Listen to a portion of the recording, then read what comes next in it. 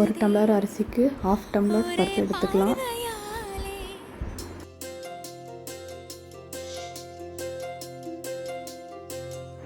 நல்லா வாஷ் பண்ணிவிட்டு 15 மினிட்ஸ் ஊற வச்சுக்கலாம். தேவையான வெஜிடபிள்ஸ்லாம் எடுத்துக்கலாம். தக்காளி, சின்ன வெங்காயம், பூண்டு எடுத்து வச்சுக்கலாம். குக்கரில் கடலை எண்ணெய் ஆட் பண்ணிக்கலாம். சீரகம், மிளகு ரெண்டையும் ஆட் பண்ணிக்கலாம்.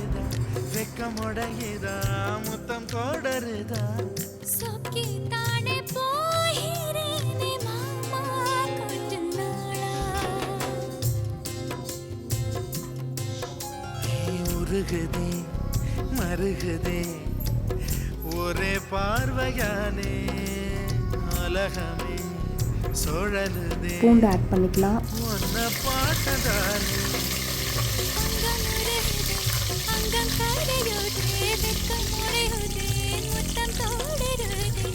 சொக்கித்தானே பச்சை வெங்காயம், கருவேப்பிலையும் ஆட் பண்ணிக்கலாம். கொஞ்ச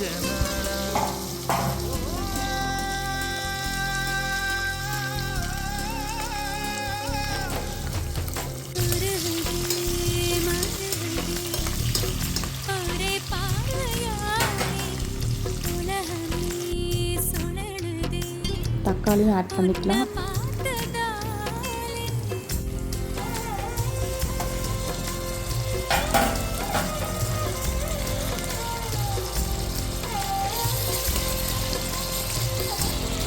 மஞ்சள் தூள் ஆட் பண்ணிக்கோங்க.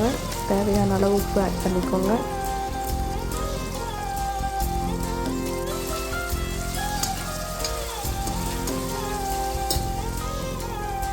எல்லாம் நல்லா வதங்கின உடனே கட் பண்ணி வச்சுருக்க வெஜிடபிள்ஸ்லாம் ஆட் பண்ணிக்கலாம்.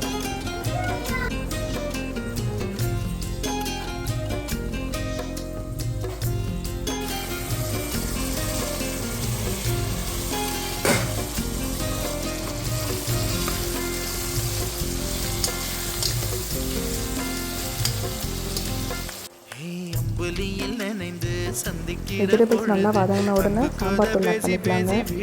2 டேபிள் ஸ்பூன் சாம்பார் தூள் ஆட் பண்ணிக்கோங்க.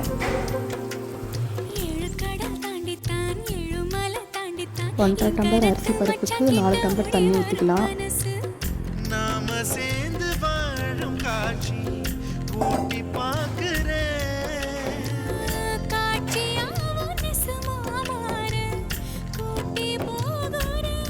அரிசியும் பருப்பும் வாஷ் பண்ணிட்டு ஆட் பண்ணிக்கலாம்.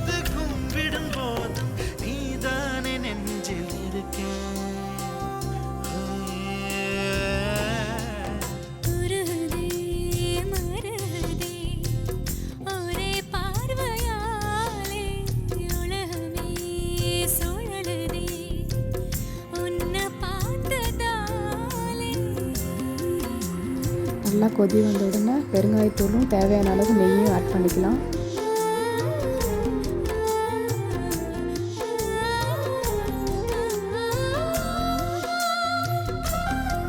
கொத்தமல்லி ஆட் பண்ணிக்கிட்டு குக்கரை மூடி விசில் போட்டு விட்டுறலாங்க. 4லேருந்து 5 விசில் வரணுங்க.